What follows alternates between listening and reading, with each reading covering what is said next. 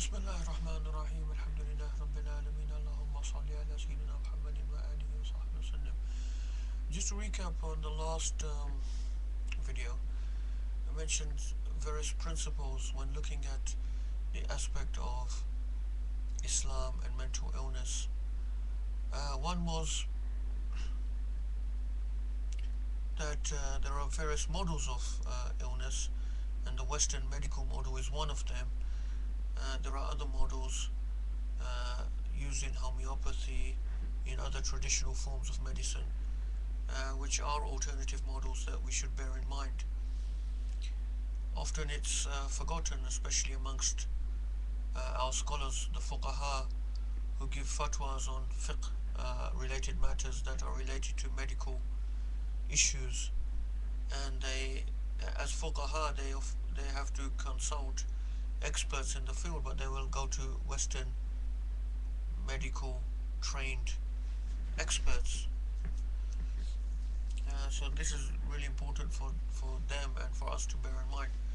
Secondly, that the field of psychiatry and psychology are in need of Islamicization, so that the wisdom of divine revelation can be thrown upon all of the latest researches and findings in these fields.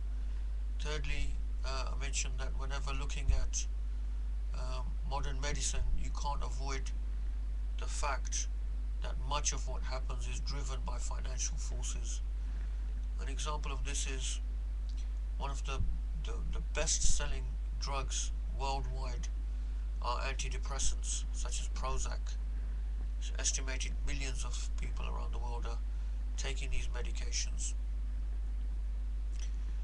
and they were always supposedly to have been proven by scientific evidence and clinical trials of the efficacy of these medications. About 2 years ago, 2 or 3 years ago, using the Freedom of Information legislation in the United States, some researchers managed to force drug companies to publish and to reveal the results of many studies that they had kept within their records, studies that had been carried out on these medications, but drug companies who had funded those studies had simply not published them because they had not been favorable towards those medications. So under that legislation, this information was brought out, and the researchers did a big, what's called a meta-analysis in psychiatric research, which means they brought together results of all of those studies that had previously not been published and the studies that had previously been published about antidepressants, and analyzed all of the results together. And what they found was, to their surprise, that antidepressants were no more effective than placebo, i.e. sugar pills.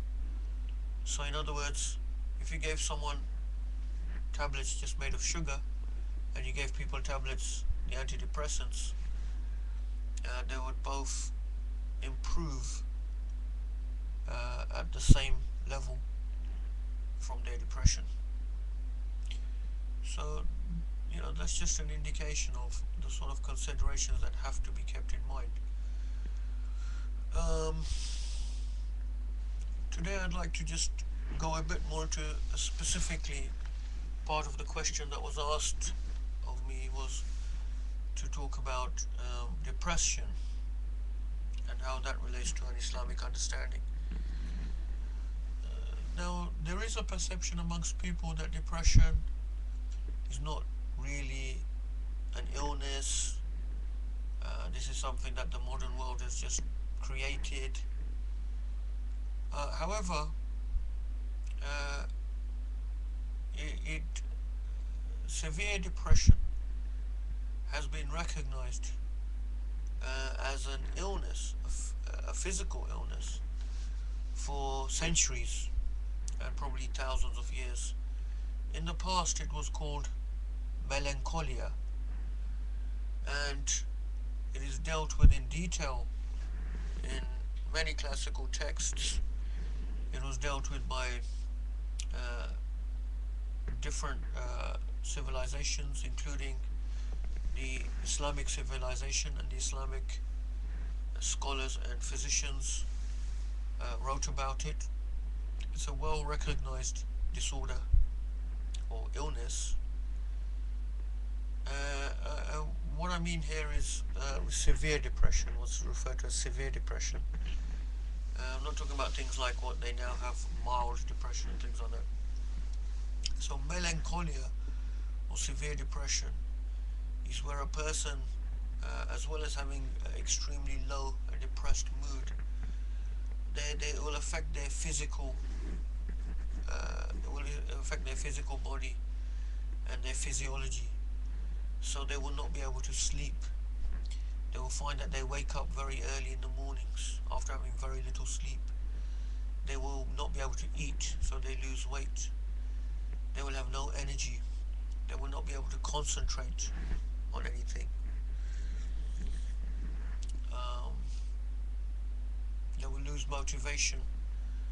They will not be able to enjoy things that they normally used to enjoy. So this state is called melancholia in the past, and now referred to as severe depression.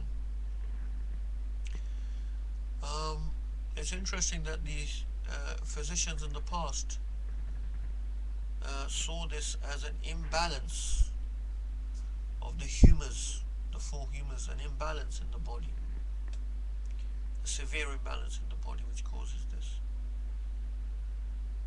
Um,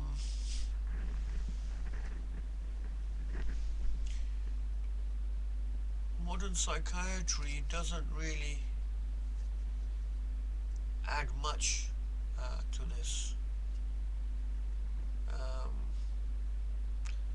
Modern psychiatry is very good at looking at describing symptoms, analyzing symptoms in great detail, analyzing in great detail what changes are taking place in the brain, what changes are taking place in the hormones in the body, what changes are taking place in the different neurotransmitters within the brain when someone is depressed. But this doesn't add to us much knowledge about the causes of the depression and therefore the best way to treat the depression. One of the most useful things I've actually come across, and finish this particular section with this, I forget the author's name, but there's a book called The Anatomy of Melancholy. It was written by a Christian monk in the later Middle Ages, and it's all about melancholia or severe depression, and it's like a summary of the various traditional formulations of looking at depression. And one of the things he says in there, which I think is very profound and is verified by modern psychiatry in a roundabout way, is that he says that the human being, the mind and the body, the physical body of the human being, are made in a way, they are made, they need to work, they need to exert themselves all the time. Your physical body, it needs physical exertion, it needs to work. Your mind needs exertion, your mind needs to be occupied on tasks. It needs to be occupied in gaining knowledge, or it needs to be occupied in exerting itself. If the human body and the human mind are left idle, either or especially both, if they are left idle, then the body and the mind is left idle. Your thoughts start becoming ruminations. You spend time just thinking, and the mind starts ruminating, and the mind then starts turning against itself. And he said this is one of the major causes of severe depression or melancholia. So keeping oneself occupied with physical exercise